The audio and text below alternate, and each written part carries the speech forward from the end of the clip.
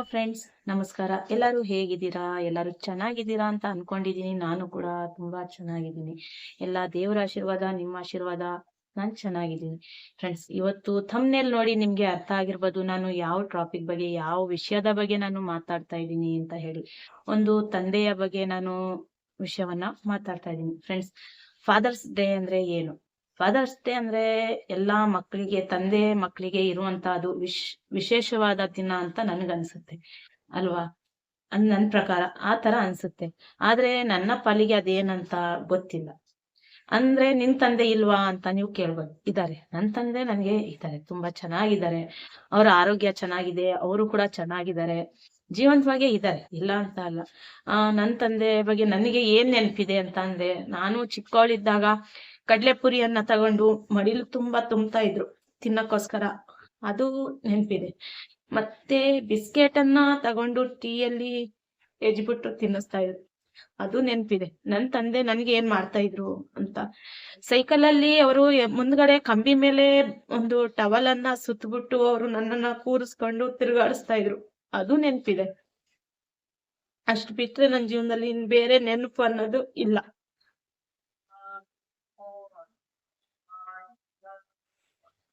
Sorry friends, ಆದಷ್ಟು ಈ ವಿಡಿಯೋದಲ್ಲಿ ಏನಾದ್ರೂ ತಪ್ಪು ಅಂತ ಅನ್ಸಿರೆ ಪ್ಲೀಸ್ ಕ್ಷಮಿಸಿ. ನಾನು ಇದು ಫಾದರ್ಸ್ ಡೇ ಆಗಿ 3 ದಿನ ಆಗಿದೆ, ಸಂಡೇ ದಿನ ಆಗಿದೆ. ಅವತ್ತಿಂದ ನಾನು ಈ ವಿಡಿಯೋ ಮಾಡ್ಬೇಕು ಬೇಡವೋ ಅಂತ ಯೋಚನೆ ಮಾಡ್ತಾ ಇದ್ದೆ. ಅವತ್ತು ಈ ವಿಡಿಯೋ ಮಾಡ್ಬೇಕು ಅಂತ ಇದ್ದೆ, ಆದ್ರೆ ಅವತ್ತು ತುಂಬಾ ಖುಷಿಯಲ್ಲಿ ಇರ್ತಾರೆ ತಂದೆ ಮಕ್ಕಳು ಅನ್ನೋದು ದಿನ. ಅದು ತುಂಬಾ ವಿಶೇಷವಾಗಿ ಇರುತ್ತೆ, ಎಲ್ಲರೂ ಖುಷಿಯಾಗಿ ಇರ್ತಾರೆ. ಅವರಿಗೆ ಒಂದು ಮನ್ಸಿಗೆ ನೋವು ಕೊಡೋದ್ ಬೇಡ ಅಂತ ನಾನು ಈ ವಿಡಿಯೋ ಮಾಡ್ಲಿಲ್ಲ. ಆದ್ರೆ ಯಾಕೋ ಇವತ್ತು ಮಾಡ್ಲೇಬೇಕು ಅಂತ ಅನ್ನಿಸ್ತು, ಹಾಗಾಗಿ ನಾನು ಈ ವಿಡಿಯೋನ ಮಾಡ್ತಾ ಇದ್ದೀನಿ. ಆಯ್ತಾ ಫ್ರೆಂಡ್ಸ್, ಇದ್ರಲ್ಲಿ ಏನಾದ್ರೂ ತಪ್ಪು ಅಂತ ಅನ್ಸಿಲ್ಲ ಪ್ಲೀಸ್ ಕ್ಷಮಿಸಿ. ಹೌದು, ನನ್ ತಂದೆ ಇದ್ದಾರೆ, ಇಲ್ಲ ಅಂತ ಅಲ್ಲ, ಆದ್ರೆ ಅವರು ನಮ್ಮ ಹತ್ರ ಇಲ್ಲ. ಅವರಿಗೆ ಬೇರೆ ಅದೇ ಒಂದು ಫ್ಯಾಮಿಲಿ ಇದೆ, ಅವರಿಗೆ ಬೇರೆ ಆದ ಮಕ್ಳಿದ್ದಾರೆ, ಅವ್ರ ಮಕ್ಳು ಅನ್ನೋರು ಇದ್ದಾರೆ, ಹಾಗಾಗಿ ಅವ್ರ ಹತ್ರ ಅವರು ಇದ್ದಾರೆ, ನಮ್ಮ ಹತ್ರ ಇಲ್ಲ.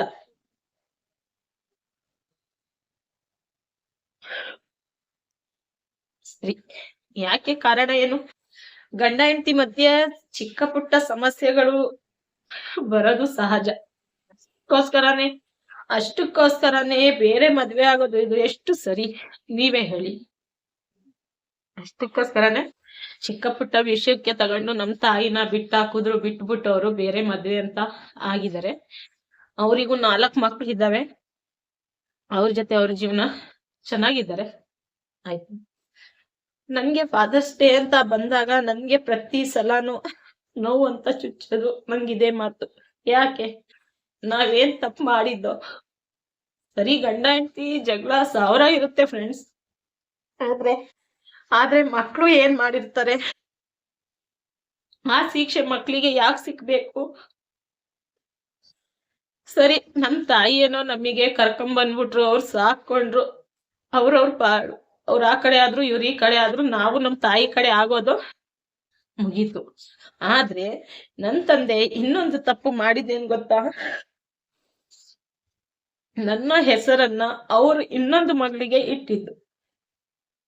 ಹೌದು, ಅವರು ನನ್ನ ಹೆಸರನ್ನ ಎತ್ತಿ ಇನ್ನು ಅವರು ಹಿರೇ ಮಗಳು ಏನಿದ್ದಾಳೆ ಅವಳಿಗೆ ಕೊಟ್ಟಿದ್ದಾರೆ. ಅಂದ್ರೆ ನನ್ನ ಹೆಸರು ಸುಲ್ತಾನ ಅಂತ ಹೇಳಿ, ಅದು ಎಲ್ಲರಿಗೂ ಗೊತ್ತಿರೋ ಅಂತ ವಿಷಯ. ಆದ್ರೆ ಅದು ನನ್ನ ನಿಜವಾದ ಹೆಸರಲ್ಲ.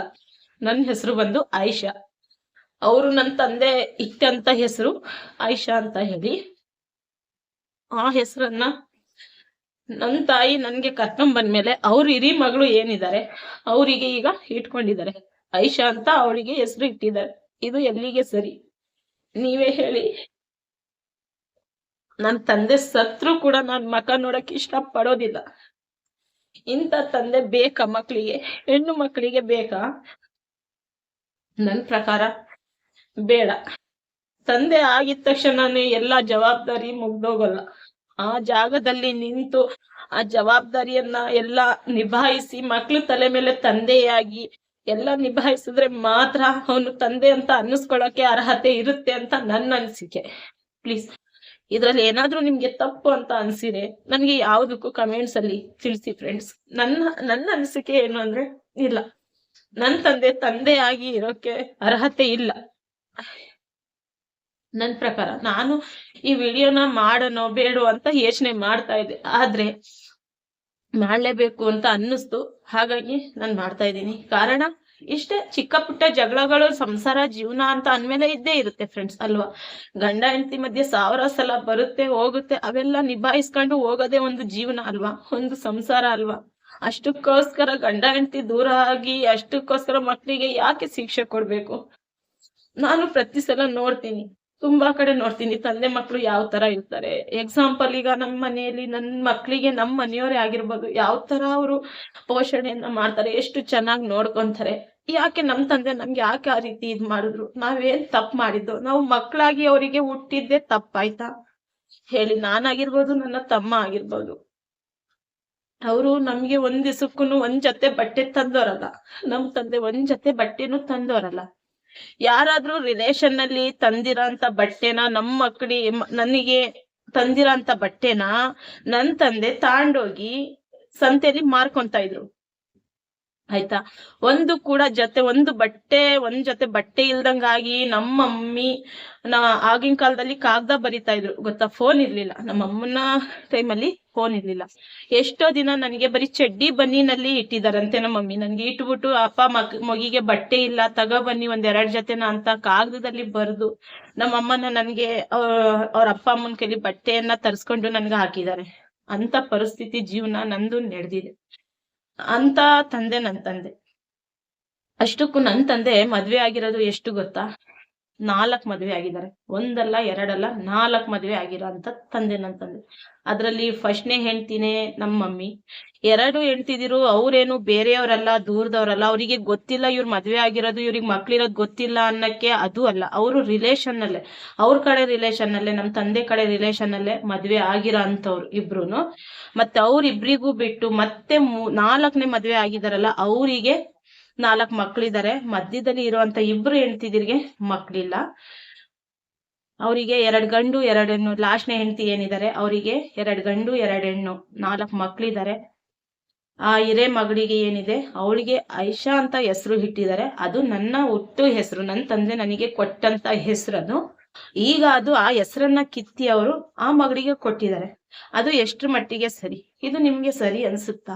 ಇಂಥ ತಂದೆ ಹೆಣ್ಮಕ್ಳಿಗೆ ಬೇಕಾ? ಹೆಣ್ಮಕ್ಳಿಗೆ ಇಲ್ಲ, ಯಾವ ಮಕ್ಳಿಗೂನು ಇಂಥ ತಂದೆ ಬೇಡ. ನನ್ ಪ್ರಕಾರ ಇವರು ತಂದೆ ಅಂತ ಅನ್ನಿಸ್ಕೊಳಕ್ಕೆ ಅರ್ಹತೆನೇ ಇಲ್ಲ. ಅಷ್ಟು ನನಗೆ ಮನ್ಸಿಗೆ ನೋವಾಗುತ್ತೆ. ನಾನು ಒಂದು 10 ವರ್ಷದ ಹುಡುಗಿ, ಅವಾಗ ನಮ್ ತಂದೆ ಬಂದಿದ್ರು. ನನ್ನ ಏಜ್ ಏನಿತ್ತು ಅವಾಗ ಒಂದು 10 ವರ್ಷ ಆಗಿತ್ತು. ನನ್ ತಮ್ಮ ಬಂದು 7 ವರ್ಷದ ಮಗ. ಅವಾಗ ನಮ್ ತಂದೆ ನಮ್ಮ ಮನೆಗ್ ಬಂದಿದ್ರು.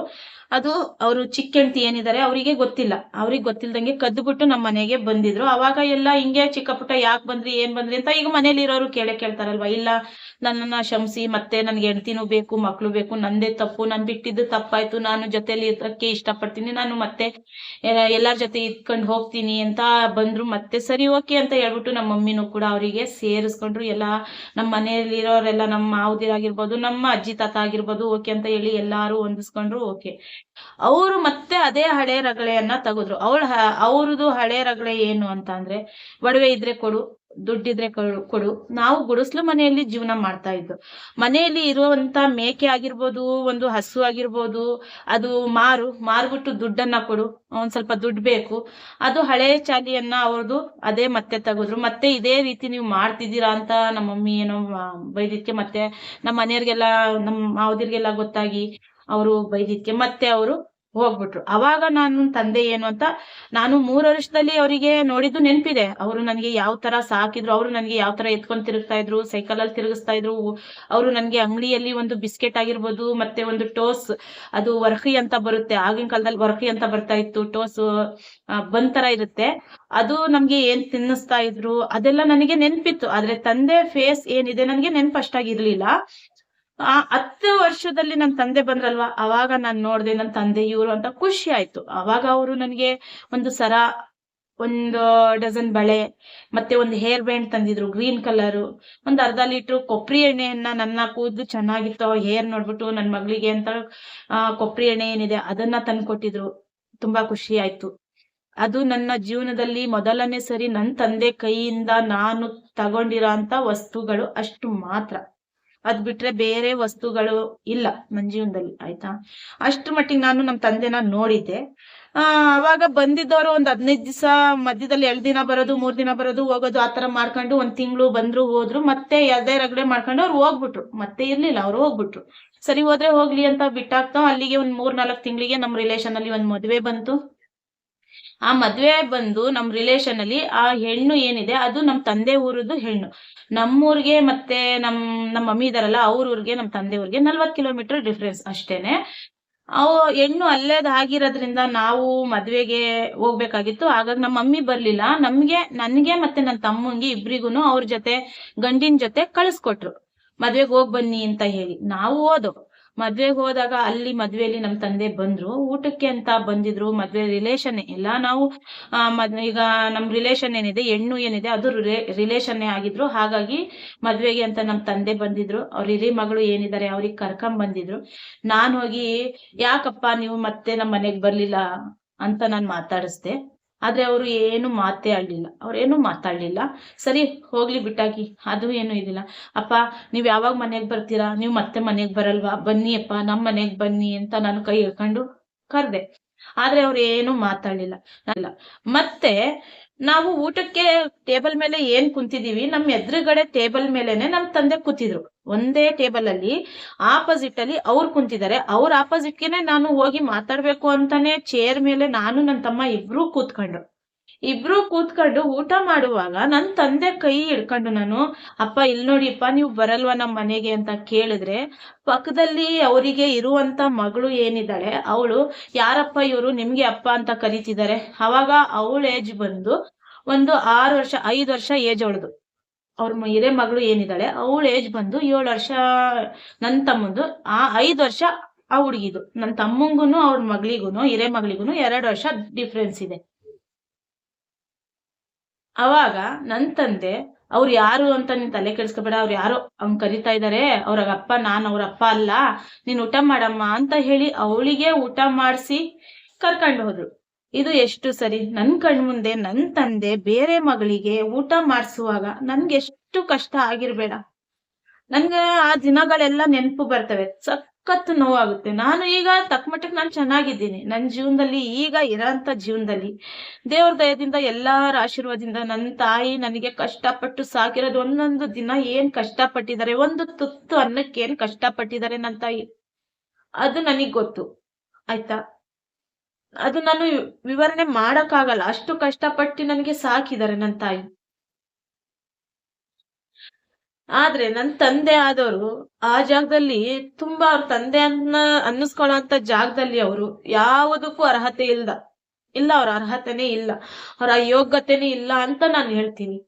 ಅವ್ರ ಸತ್ರು ಕೂಡ ನನ್ ಮಕ ನೋಡಕ್ ಇಷ್ಟ ಇಲ್ಲ. 1-2 ವರ್ಷದ ಮುಂಚೆ ಮತ್ತೆ ಫೋನ್ ಮಾಡಿದ್ದಾರೆ ನನ್ಗೆ. ಇಲ್ಲೇ ಬೆಂಗಳೂರಲ್ಲೇ ನನ್ ಕೆಲ್ಸಕ್ಕೆ ಹೋಗ್ಬೇಕಾದ್ರೆ, ಹೆಂಗಿದ್ಯಾ, ನಂಗೆ ತಪ್ಪಾಯ್ತು ಶಂಸಮ್ಮ, ಹೆಂಗಿದ್ಯಾ ಏನು ಅಂತ ಹೇಳಿ, ಯಾರೋ ರಿಲೇಷನ್ ಅವರು ಈ ತರ ಮಗಳು ಮದ್ವೆ ಆಗಿದ್ದಾಳೆ, ಬೆಂಗಳೂರಲ್ಲಿ ಚೆನ್ನಾಗಿದ್ದಾಳೆ ಸ್ವಲ್ಪ ಮಟ್ಟಕ್ಕೆ ಅಂತ ಯಾರೋ ಹೇಳಿದ್ದಾರೆ. ಹಾಗಾಗಿ ಎಲ್ಲಿದೆ ಮನೆ, ನಾನ್ ಬರ್ತೀನಿ ಮನೆಗೆ, ಹಂಗೆ ಹಿಂಗೆ ಅಂತ ಹೇಳಿ ಫೋನ್ ಮಾಡಿದ್ರು. ನನ್ಗೆ ಅದಿಷ್ಟ ಆಗ್ಲಿಲ್ಲ ಫ್ರೆಂಡ್ಸ್. ನಾನು ಹಾಗಾಗಿ ನನ್ ಮನೆ ಅಡ್ರೆಸ್ ಕೊಡ್ಲಿಲ್ಲ ಅವರಿಗೆ. ನಾನು ಯಾವತ್ತು ಕ್ಷಮಿಸೋದಿಲ್ಲ, ನೀವು ನನಗ್ ಮಾತಾಡ್ಬೇಡಿ ಅಂತ ಹೇಳ್ಬಿಟ್ಟು ನಾನು ಫೋನ್ ಇಟ್ಟೆ. ಅವಾಗ್ಲಿಂದ ಅವ್ರ ಫೋನ್ ಇಲ್ಲ, ಅವ್ರಿಗೂ ನಮಗೂ ಕಾಂಟ್ಯಾಕ್ಟ್ ಇಲ್ಲ. ಈಗ ಹೇಳಿ ಫ್ರೆಂಡ್ಸ್, ನಾನು ಹೇಳಿದ್ದು ತಪ್ಪ, ನನ್ ತಂದೆ ಮಾಡಿದ್ದು ಸರಿನಾ? ಅವರು ಜಾಗದಲ್ಲಿ ಅವ್ರು ಮಾಡಿರೋಂಥದ್ದು ವಿಷಯ ಏನಿದೆ ಅದು ಸರಿನಾ? ಮಕ್ಳು ಇದ್ದು ಕೂಡ, ಅವರು ಹೆಂಡತಿ ಮಕ್ಳು ಇದ್ದು ಕೂಡ ಒಂದು ಚಿಕ್ಕ ಪುಟ್ಟ ವಿಷಯಕ್ಕೇನೆ ಏನಾದ್ರೂ ಹೆಂಡತಿ, ನನ್ ತಾಯಿ ಏನಾದ್ರೂ ಅಂತ ಮಾಡ್ಬಾರ್ದಂತ ತಪ್ಪು ಮಾಡಿ ನನ್ನ ಪಪ್ಪ ಹೋಗಿ ಮದ್ವೆ ಆಗಿದ್ರೆ ಅದು ನಾನು ನಮ್ಮ ಅಪ್ಪ ಮಾಡಿದ್ದು ಸರಿ ಅಂತ ನಾನು ಹೇಳ್ತಾ ಇದ್ದೆ. ಆದ್ರೆ ಇಲ್ವಲ್ಲ, ಅಂತ ತಪ್ಪೇನಿಲ್ಲ. ಚಿಕ್ಕ ಪುಟ್ಟ ವಿಷಯಕ್ಕೇನೆ ನೀವು ಹೋಗಿ ಬೇರೆ ಮದ್ವೆ ಆಗಿ ನಿಮಗ್ ಮಕ್ಳಾಗಿ, ಆ ಮಕ್ಳಿಗೆ ನೀವು ಇರುವಂತ ಮಗಳಿಗೆ ನನ್ನ ಹೆಸರು ಕೊಡೋ ಅಂತ ಅವಶ್ಯಕತೆ ಏನಿತ್ತು? ಬೇರೆ ಹೆಸರಿರ್ಲಿಲ್ವಾ ನಿಮ್ಗೆ? ಬೇರೆ ಮಕ್ಳು ಆದ್ಮೇಲೆ ಬೇರೆ ಹೆಸರಿರ್ಲಿಲ್ವಾ? ನೀವ್ ಯಾಕೆ ನನ್ನ ಹೆಸರನ್ನ ಕೊಟ್ರಿ? ನನ್ನ ಹೆಸರು ಹುಟ್ಟ ಹೆಸರು ನಿಮ್ ಕೈಯಿಂದ ನೀವು ನನ್ನ ಇಟ್ಟ ಹೆಸರನ್ನ ಕಿತ್ತು ನೀವು ಅವಳಿಗೆ ಹೆಂಗ್ ಕೊಟ್ರಿ? ಆಸ್ತಿ ಕೊಡ್ಬೋದು, ಹಾಕೊಳ್ಳುವಂತ ಬಟ್ಟೆ ಕಿತ್ಕೊಡ್ಬೋದು, ಆದ್ರೆ ಹೆಸರು ಕೂಡ ಕಿತ್ತು ಅವಳಿಗೆ ಕೊಡ ಅಂತ ಅವಶ್ಯಕತೆ ನಿಮ್ಗೆ ಏನಿತ್ತು? ಅಷ್ಟು ಕೆಟ್ಟ ಮಗಳು ನಾನ್ ನಿಮ್ಗೆ ಆಗಿದ್ನ? ಯಾಕೆ? ನಾನ್ ಕೇಳೋ ಪ್ರಶ್ನೆ ಇದು. ಹೇಳಿ ಫ್ರೆಂಡ್ಸ್, ಈ ರೀತಿ ಮಾಡೋ ತಂದೆಗೆ ನಾನು ಕ್ಷಮಿಸ್ಬೇಕಾ? ಅವರು ಸತ್ತಾಗ ನನ್ ಮಕ ನೋಡ್ಬೇಕಾ? ನನ್ ಕೈಲಂತೂ ನನ್ನ ಅನಿಸಿಕೆ, ನನ್ನ ಅಭಿಪ್ರಾಯ ಏನಂದ್ರೆ ಅಂತವ್ರಿಗೆ ಮಕ ನೋಡಕ್ ನಾನು ಆಗಲ್ಲ. ನಾನ್ ನನ್ನ ತಂದೆಗೆ ಕ್ಷಮಿಸಲ್ಲ, ಯಾವತ್ತಿಗೂ ಕ್ಷಮಿಸಲ್ಲ.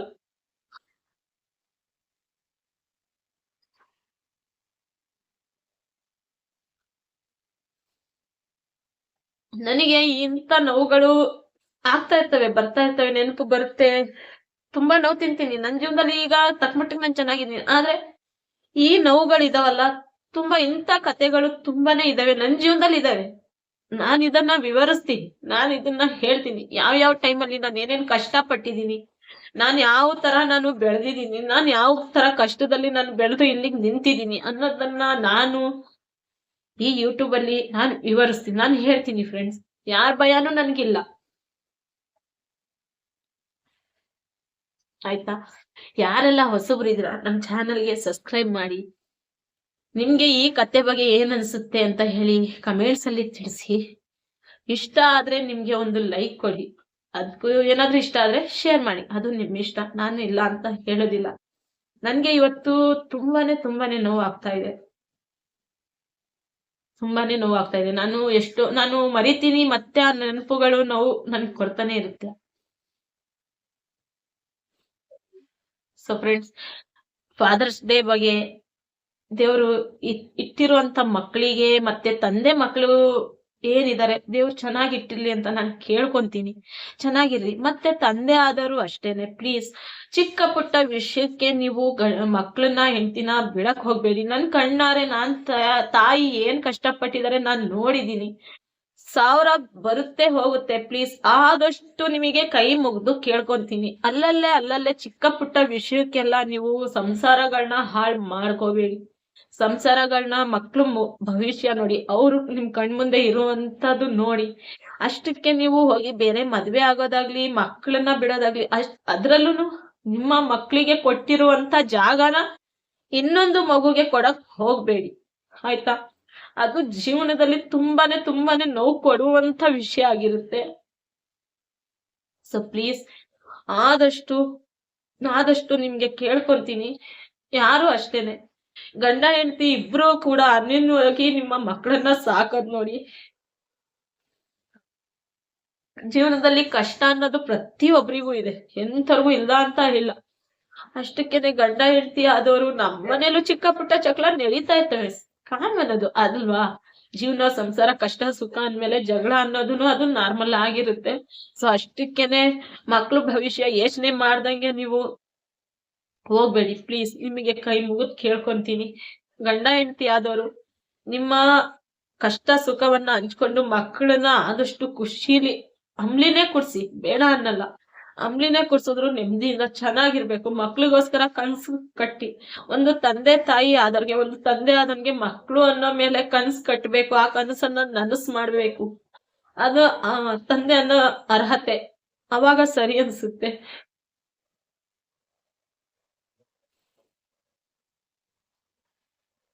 ಫ್ರೆಂಡ್ಸ್, ಇದ್ರಲ್ಲಿ ಏನಾದ್ರೂ ನಿಮಗೆ ಬೇಜಾರಾಗಿದ್ರೆ ಪ್ಲೀಸ್ ಕ್ಷಮಿಸಿ ನನಗೆ. ಸೊ ಫ್ರೆಂಡ್ಸ್, ಈ ಕತೆ ಬಗ್ಗೆ ನಿಮ್ಗೆ ಏನ್ ಅನ್ಸುತ್ತೆ ಅಂತ ನನಗೆ ತಿಳಿಸಿ. ನಾನು ತುಂಬಾನೇ ಸ್ವಲ್ಪ ಇಮೋಷನಲ್ ಆಗಿದ್ದೆ. ಇದರಿಂದ ಏನಾದ್ರೂ ನಿಮ್ಗೆ ಬೇಜಾರಾಗಿದ್ರೆ ಸಾರಿ. ನೀವು ನನ್ನವರು, ನನ್ನ ಕುಟುಂಬ, ನನ್ನ ಜನ ಅಂತ ಹೇಳಿ ನನ್ನ ಕಷ್ಟ, ನನ್ನ ನೋವು ಏನಿದೆ ನಾನು ಹಂಚ್ಕೊಳಕ್ಕೆ ಇಷ್ಟ ಪಡ್ತೀನಿ. ಇದು ಎಷ್ಟು ಜನಕ್ಕೆ ಇಷ್ಟ ಆಗುತ್ತೋ ಇಲ್ವೋ ನನಗಂತೂ ಗೊತ್ತಿಲ್ಲ, ಬಟ್ ಇದು ಇರುವಂತ ಸತ್ಯ, ಇರುವಂತ ನಿಜ. ನನ್ನ ಜೀವನದಲ್ಲಿ ನನ್ನ ತಂದೆ ಆದವರು ಪಾತ್ರ, ನನ್ನ ತಂದೆ ಆಗಿರೋ ಅಂತವ್ರು ನನ್ನ ಜೀವನದಲ್ಲಿ ಆಗಿರುವಂತ ಪಾತ್ರ ಇದು. ಈ ರೀತಿ ನನ್ನ ತಂದೆ ನನಗೆ ಒಂದು ಇದ್ ಮಾಡಿದ್ದಾರೆ. ಇದಕ್ಕೆ ನಾನು ಯಾವತ್ತೂ ನಾನಂತೂ ನಮ್ಮ ತಂದೆಗೆ ಕ್ಷಮಿಸೋದಿಲ್ಲ, ಯಾವತ್ತಿಗೂ ಇಲ್ಲ. ಸೊ ಫ್ರೆಂಡ್ಸ್, ಇಲ್ಲಿಗೆ ಇವತ್ತು ಈ ವಿಡಿಯೋನ ಹೆಂಡ್ ಮಾಡ್ತಾ ಇದ್ದೀನಿ. ಇದರಲ್ಲಿ ಏನಾದ್ರೂ ನಿಮ್ಗೆ ಬೇಜಾರಾಗಿದ್ರೆ ಕ್ಷಮಿಸಿ ಅಂತ ಕೇಳ್ಕೊಂತೀನಿ. ಇದ್ರ ಬಗ್ಗೆ ನಿಮ್ಗೆ ಏನ್ ಅನ್ಸುತ್ತೆ ಅಂತ ನನ್ಗೆ ಕಮೆಂಟ್ಸ್ ಅಲ್ಲಿ ತಿಳಿಸಿ. ಓಕೆನಾ ಫ್ರೆಂಡ್ಸ್? ಇಲ್ಲಿಗೆ ಈ ವಿಡಿಯೋನ ಹೆಂಡ್ ಮಾಡ್ತಾ ಇದ್ದೀನಿ. ಮತ್ತೆ ಸಿಗೋಣ, ನೆಕ್ಸ್ಟ್ ವಿಡಿಯೋ ಮುಖಾಂತರ ಸಿಗೋಣ. ಓಕೆ ಫ್ರೆಂಡ್ಸ್, ಬಾಯ್.